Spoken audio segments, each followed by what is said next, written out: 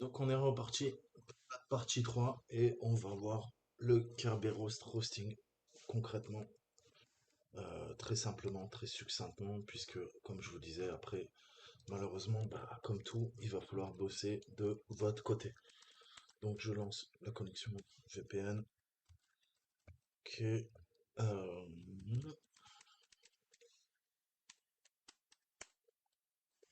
Parfait. On va la passer sur le bureau 2. Bureau 2, c'est bon.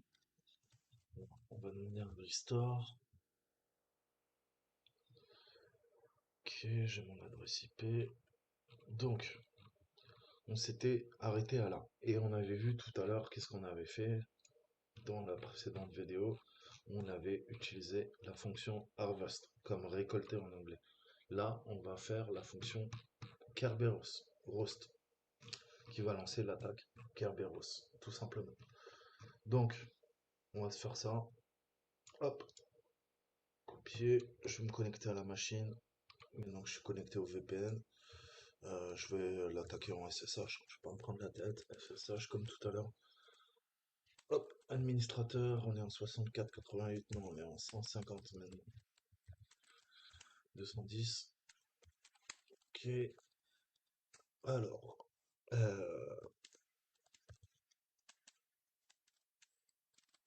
ok. Donc on va sur download. Non, pas document, pardon. Download. Et on a notre RBS. Je lance l'attaque. Ok, qu'est-ce qu'on voit? Eh bien, il nous dump euh, toutes bah, les utilisateurs qui sont Kerberos Roastable. Ça veut dire quoi en anglais? Ça veut dire sur qui on peut lancer une attaque Kerberos. Un Kerberos Roast. Ok? Roasting. Donc, on a de l'AES et on a deux comptes. On a le compte SQL, ok? Avec ben, le SPN qu'on a là. On a le l'ECN, le contrôleur de domaine, le DC. On a le protocole de chiffrement, enfin c'est pas un protocole, l'algorithme de cryptographie qui est le RC4 HMAC défaut.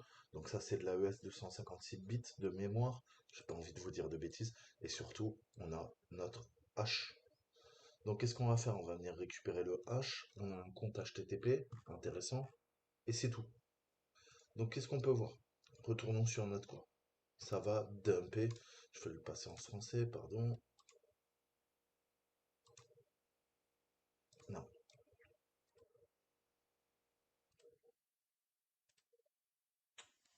Donc, ça videra le hachage Kerberos. Ouais. Ça va vider le cache du contrôleur Kerberos sur la machine avec tous les utilisateurs qui sont sensibles à l'attaque Kerberosting. Ok? Kerberos.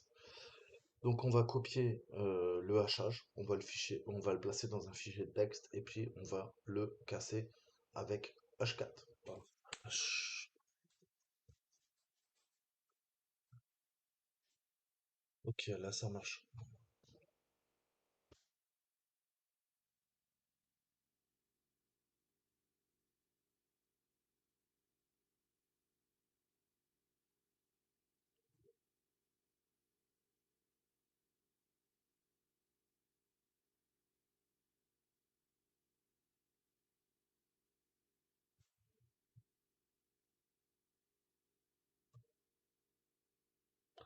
Donc my password 123 dièse et summer 2020. On a les deux mots de passe. Ok. Quel bordel.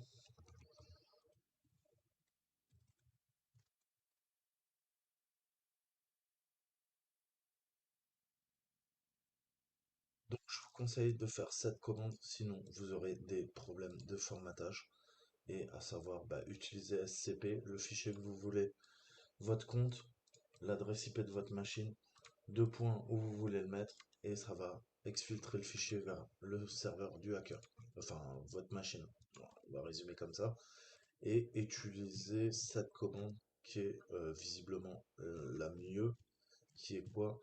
Qui est, contrairement à ce que dit le cours, c'est pas uniquement Rubeus Kerberos, on met un output file. Moi je l'appelais h.txt et format.h4 pour que vous ayez pas de problème avec H4. parce que là, j'ai galéré au montage. Vous le voyez pas, mais grosso modo, c'était pas là. Non, c'était pas là. Voilà. À chaque fois, j'avais séparateur unmatch, token length, exception, tout ça. Donc vous voyez que bah, j'ai essayé plusieurs fois, ça ne marchait pas parce que bah, les données étaient mal formatées. Donc faites comme moi, ça devrait marcher. Et là, bah, on a récupéré les deux mots de passe. Donc on va voir si on peut répondre tranquillement. Donc j'ai dit quoi? J'ai dit my password 1, 2, 3. Ça c'est pour le SQL.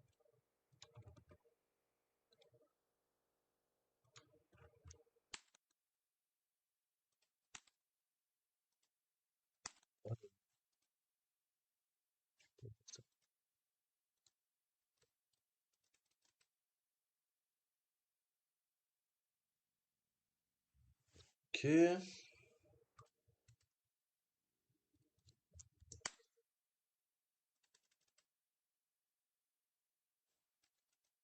d'accord. Il a décidé de m'emmerder.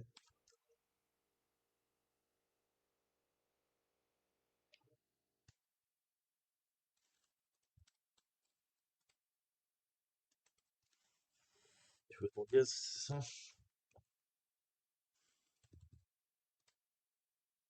Ok, c'est un interverti. Donc, my password non. Et summer 2020, ça devrait être celui de. D'accord. HTTP service. Ah ouais, c'est moi qui me suis embrouillé. Ça a commencé par SQL. En effet. Donc voilà, comme on a réussi à trouver les mots de passe, maintenant bah, on va passer à la partie, avec notre ami Impacket. Donc ils nous disent qu'Impacket, bah, il faut aller récupérer la dernière version. Ouais, bah, si vous voulez, on va faire ça. On va aller récupérer notre dernière version. Je vais aller voir déjà sur ma machine, c'est quoi bah, la version. Donc si je tape Impacket, euh, il n'y a pas Impacket Co. Sudo apt install Impacket, on va voir. J'espère qu'il va me donner la version. Non. Impacket script, c'est la 1.6. Et lui, il nous dit quoi? Il nous parle de 0.9. Ouais, à mon avis, c'est que le cours, il est super vieux. Donc, on a la dernière version, on va pas se prendre la tête. Vraiment pas. Ok, ça. Je peux fermer ça, je peux fermer ça, je peux fermer ça, je peux fermer ça, je fais un échappe. Merci beaucoup. On va revenir sur la version. Donc, qu'est-ce qu'on fait avec Impacket? Bah, on va faire la même attaque. Euh, je suis allé trop haut, excusez-moi. Mais on va utiliser Impacket et non pas bah, notre ami Rubius, pardon.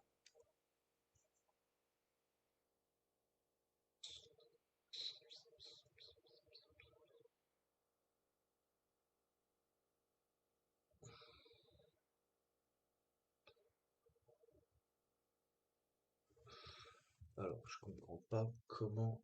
Ok, on lui donne l'adresse IP. Donc là, en fait, on a besoin d'être connecté avec Rubius sur la machine. Là, à l'inverse, on va pouvoir le faire tout simplement à distance. Donc là, vous allez me dire, machine 1, password 1. Comment tu sais ça en fait? T'es gentil, mais nous, password 1, on l'a pas vu. Eh ben, on va faire une attaque pass the spray, que vous compreniez bien. Donc, ça va tester un mot de passe sur le reste, sur le contrôleur de domaine. C'est ce qu'on appelle une attaque password spraying. Ça teste un mot de passe. Là, on va tester password 1 avec une majuscule et on va voir si bah, ça donne un résultat ou pas, tout simplement. Donc, on va réutiliser Rubius et après on va continuer. Donc là, qu'est-ce que je vais faire? Je vais faire un petit CLS, on va clear. Ok? Je relance Rubius, notre ami. Et là, je demande quoi? Un brut. Attaque brute force, ok? Et on va faire du password spelling. Donc je fais quoi? Password, je précise. Password 1. Et je vais dire no ticket.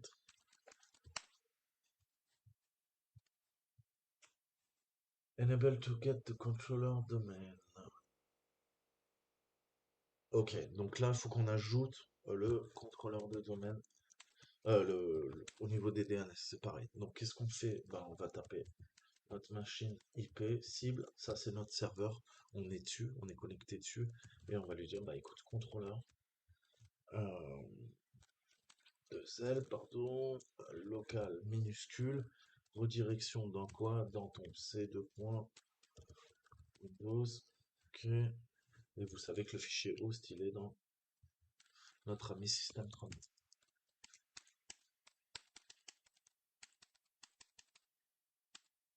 Ok, ensuite c'est dans driver.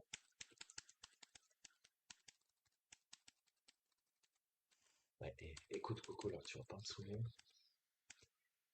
Ok, drivers, et ensuite EPC, et ensuite host comme host. Ok, maintenant si on réessaye, là ça passe, nickel.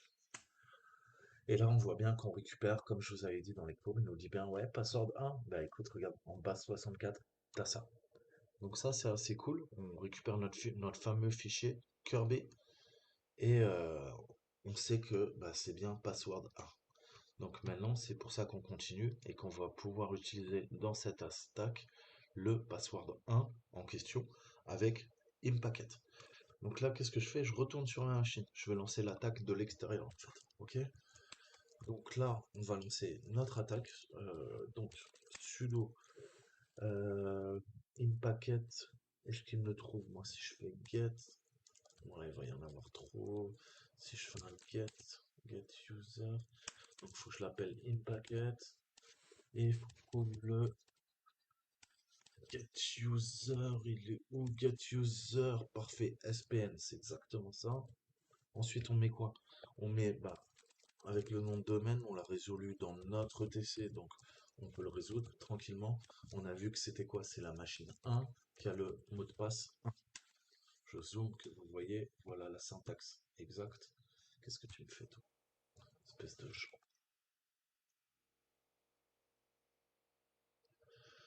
Machine 1, 2 points, le mot de passe. Notre mot de passe, on a vu que c'était password, ok, 1 en majuscule. Ensuite, on a DC, donc je fais que reprendre hein, la commande qui est là. Voilà, ok, on va faire une request dessus. Donc on fait un DC. La machine, c'est la 10, 10, 150, pardon, 210. Ok, et on a une requête dessus.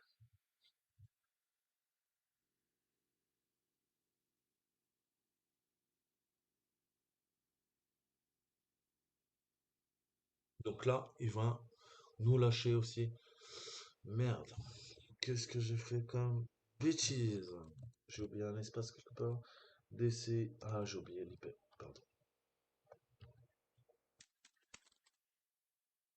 Tout de suite, ça marche bien. Ok. Donc là, bah, on récupère le même truc. On copie tout ça dans un fichier. Et on va venir le craquer avec H4. Comme je l'ai fait tout à l'heure. Il n'y a strictement aucune différence. Ok.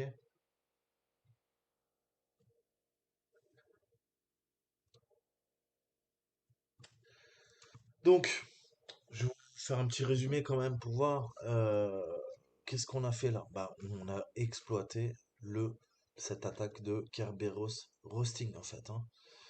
C'est une des attaques les plus connues et ça nous permet via un utilisateur, de faire une requête en fait, avoir un ticket de service pour n'importe quel service qui est pour un SPN donné et enregistré. Donc à partir du TGT, on va récupérer le fameux TGS et on va utiliser ce ticket TGS pour craquer bah, le mot de passe du service en question. Et si le service a un SPN enregistré, eh ben alors dans ce cas-là, on sait que l'attaque, il est Kerberos stable, comme on dit, on peut l'exploiter.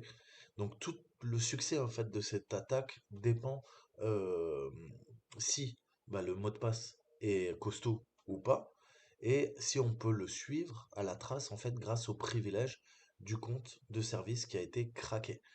Et pour énumérer bah, tous les comptes Kerberos, Kerberos Table même, j'ai envie de dire, on a des outils que je vous montrerai plus tard ou que je vous ai déjà montré dans une précédente vidéo, pardon, c'est Bloodhound. Bloodhound fait le boulot et vous fait même une cartographie du réseau avec les comptes que vous pouvez pirater pour faire votre escalade de privilèges et continuer votre post-exploitation. Donc, c'est super utile, on verra. Là, on a vu comment exploiter bah, sur le contrôleur de domaine, rebondir de compte en compte, comment utiliser H4 pour craquer ensuite les haches qu'on avait récupérées. Et on a vu un petit peu bah, l'évolution de Kekeo qui s'appelle Rubeus. Et je vous ai montré donc un des scripts d'Impacket qui s'appelle comment? Eh ben, il s'appelle Get User SPN. Donc voilà pourquoi je vous mettrai toutes les ressources parce que bah, il faut comprendre ce que c'est qu'un SPN pour pouvoir l'exploiter. Ok? Donc là, on a fait l'attaque de l'extérieur. Rubeus, on lance le script de l'intérieur. On récupère exactement le même résultat. À vous de voir qu'est-ce que vous voulez faire, qu'est-ce que vous préférez, tout simplement. Donc, qu'est-ce que peut faire aussi un compte de service? Eh ben, après avoir craqué en fait un compte de service et son mot de passe, il y a plusieurs façons en fait d'exfiltrer les données ou de faire du collecting loot. Donc c'est comme dans un jeu vidéo, on va collecter, on va récupérer le loot. Le loot, c'est toutes les informations pertinentes sur une machine qu'on va venir exfiltrer et qu'on montrera au client pour lui prouver qu'on a bien piraté sa machine. Ok? Donc, voyez-le aussi, un compte de service, ça peut être sur un nom de domaine ou pas. Le compte de service, il peut être admin ou pas.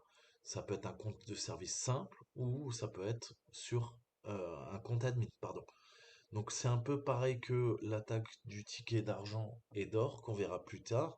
En fait, en fonction de ça, eh ben, vous avez plus ou moins de droits. Et si on a les droits les plus hauts, les plus élevés, eh ben, dans ce cas-là, on peut dumper le ntds.dit, qui est la fameuse base de données qui contient bah, tous les secrets. On aura accès à tous les comptes. Donc, ça c'est super utile. Mais si jamais le compte de service, eh ben, il n'est pas admin du domaine, eh ben, dans ce cas-là, qu'est-ce qu'il va falloir faire? Il va falloir qu'on pivote latéralement et qu'on escalade nos privilèges jusqu'à trouver un mot de passe qu'on peut craquer avec une spray attaque ou via un Kerberos et attaquer bah, des comptes de domaine admin. Et là, eh ben, vous verrez que dans la vraie vie, beaucoup de sociétés réutilisent en fait des mots de passe similaires, avec quelques variations. Et ça va être très bon pour nous, parce qu'on va pouvoir exploiter ces failles. Comme je vous disais, quand vous retenez un mot de passe en tant qu'humain, bah, il y a de fortes chances que vous allez réutiliser les mêmes mots de passe. Tout le monde le fait. Vous avez sûrement un mot de passe qui est réutilisé sur plusieurs comptes sur Internet, que vous utilisez par exemple pour YouTube, et c'est le même mot de passe que vous allez utiliser sur votre mail. Et il faut surtout pas le faire, parce que vous savez que si on pète un de vos mots de passe, après, on va venir le tester via votre adresse mail sur bah, toutes les grosses sociétés, c'est-à-dire tous les réseaux sociaux, les YouTube et compagnie, les services de messagerie, et j'en passe, et des meilleurs, pour voir si vous n'avez pas d'autres services de messagerie, si vous n'avez pas sur les réseaux sociaux, avec l'adresse email qu'on aura piratée, et votre mot de passe, si vous l'avez réutilisé ailleurs, on pourra accéder à vos comptes, ok? Et usurper votre identité. Bah nous c'est pareil, on n'est pas sur Internet, on est au sein d'une entreprise, mais on va réutiliser les mots de passe, on va faire un dictionnaire custom, et il y a de fortes chances que eh ben, un mot de passe nous donne accès à d'autres machines. Très souvent c'est le cas. Donc le but d'être professionnel quand vous êtes un pentester professionnel, c'est bah, d'être au courant que la plupart de vos clients qui vous paieront pour faire des tests d'intrusion, euh, des assessments, comme on dit en anglais en fait, eh ben, il faudra leur prouver que vous avez pas eu trop de mal à exfiltrer vos données et qu'il y a un risque majeur dans, par exemple, la réutilisation de mots de passe sur différentes machines. Donc tout ça, c'est à prendre en compte. Et le but, encore une fois, c'est bien de récupérer les informations pertinentes, tout ce que vous a demandé votre client lors d'un test d'intrusion. Mais la finalité, je répète, vous ne travaillez pas tout seul. La finalité, c'est de montrer à votre client et aux équipes qui défendent les machines du client, les administrateurs réseau, système, les blue team, le SOC et j'en passe et des meilleurs, c'est de leur montrer les failles et comment ils peuvent les corriger. Donc ça, c'est important. On ne fait pas un test d'intrusion juste pour montrer que le système d'information, c'est de la merde. C'est un peu ça, mais aussi il y a la deuxième finalité, c'est de montrer au client que il y a des failles et on va lui expliquer comment les corriger. Parce que nous, on sait, en tant que hacker, les exploiter. Ok? Donc, il y a la mitigation. La mitigation, vous savez ce que c'est, quand on a un problème, une faille, hein, on essaye de défendre, de protéger et de corriger cette faille. C'est ce qu'on appelle la mitigation. Mitigation en anglais, ok? Donc comment on peut défendre nos forêts? Vous savez que les forêts sont rattachées aux contrôleurs de domaine. Il y a des arbres, ensuite on a des forêts, multiples forêts, et des contrôleurs de domaine. Contrôleur de domaine principal et plein de secondaires en fonction de l'entreprise. Mais comment on peut empêcher cette attaque de Kerberos roasting? Déjà, il faut utiliser des mots de passe de service qui soient puissants, qui soient forts. Donc, complexes et longs. Si un compte de service est fort et qu'il est puissant, qu'il est pas faible, comme on dit dans le jargon, il faut une politique en fait de séquestre des mots de passe. C'est-à-dire qu'il faut que déjà tout le monde utilise des mots de passe forts, qui soient longs et complexes, et qu'il y ait une politique de rotation des mots de passe. Tous les 30 jours, par exemple, vous allez changer votre mot de passe. Et vous n'avez pas le choix. C'est le système qui vous éjecte et qui vous dit maintenant tu changes ton mot de passe, sinon tu peux plus utiliser en tant que client la machine. Et donc, ça veut dire que tous les salariés, tous les administrateurs système, même le PDG de la boîte, il va se faire dégager le 30 du mois pour changer son mot de passe. C'est contraignant pour les utilisateurs, mais c'est le minimum qu'on puisse faire pour sécuriser un système d'information, pour sécuriser les serveurs. Et ça, on le fait dans toutes les grosses boîtes, dans le secteur de l'armement, de la défense. On a une politique de séquestre des mots de passe qui est, comment dire, efficiente. Donc ça veut dire, ouais, changer parfois. Plus le système est critique, plus on va demander une rotation des mots de passe. Et aussi un truc, parce qu'on n'y pense pas, c'est que l'utilisateur n'aura pas le droit de réutiliser un mot de passe. Donc si Toto utilise Toto 1, 2, 3 le premier mois, Toto 1, 2, 3, 4 le deuxième mois, Toto 1, 2, 3, 4, 5 le troisième mois, si le quatrième mois il veut réutiliser encore Toto 1, 2, 3, il pourra pas. Et qu'est-ce qu'on va faire aussi? On va définir une longueur minimum d'un mot de passe. Si vous prenez des mots de passe avec 5 caractères, c'est de la merde. Il faut minimum 12. Le mieux, c'est 18, 22, 32, 40, 50, 60. Tout va dépendre de la complexité du système d'information. Et surtout, la connerie à pas faire, et malheureusement, les administrateurs système Windows ou ceux qui bossent sur l'Active Directory, des fois font cette faute, c'est qu'il ne faut jamais, au grand jamais, faire qu'un compte de service sur un domaine et les droits administrateurs, tout simplement. Un compte de service, c'est simple. Il n'a pas besoin d'être admin sur le domaine. Et qu'est-ce que ça va faire? Ça va empêcher cette attaque de Kerber Roasting. Elle va être beaucoup moins efficace. Et de toute façon, on compartimente les droits, que ce soit sur les utilisateurs ou sur les services, et les comptes de service ne sont jamais admin. S'ils le sont, c'est que c'est un besoin impérieux, impératif pour le client, pour l'entreprise, pour l'administrateur système. Voilà, ça c'est les règles à retenir. J'espère que vous avez kiffé. On se verra dans la prochaine vidéo pour continuer ce CTF. Je vous dis à très bientôt. Prenez soin de vous. Ciao, ciao.